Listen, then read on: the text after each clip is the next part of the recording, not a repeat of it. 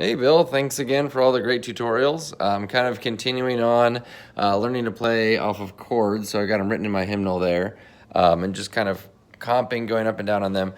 Just looking for some advice on how to make it a little more interesting with the right, and then particularly with the left. You'll see I'm just playing basically the tonic single note in the left. So let me know what you think about that. I've started playing with octaves. I don't know if that's the right way or what to go, but just give you a sample here.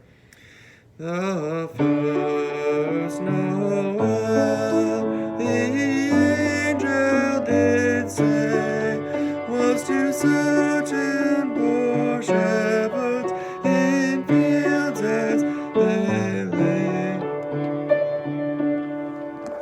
So as you see, I'm kind of playing a little pattern in the right. Sometimes I'll get interesting and go up the octave and down. I think it sounds really nice, but just kind of looking to do the next level, create a little more interest there. Any videos or recommendations are much appreciated. Thanks a lot.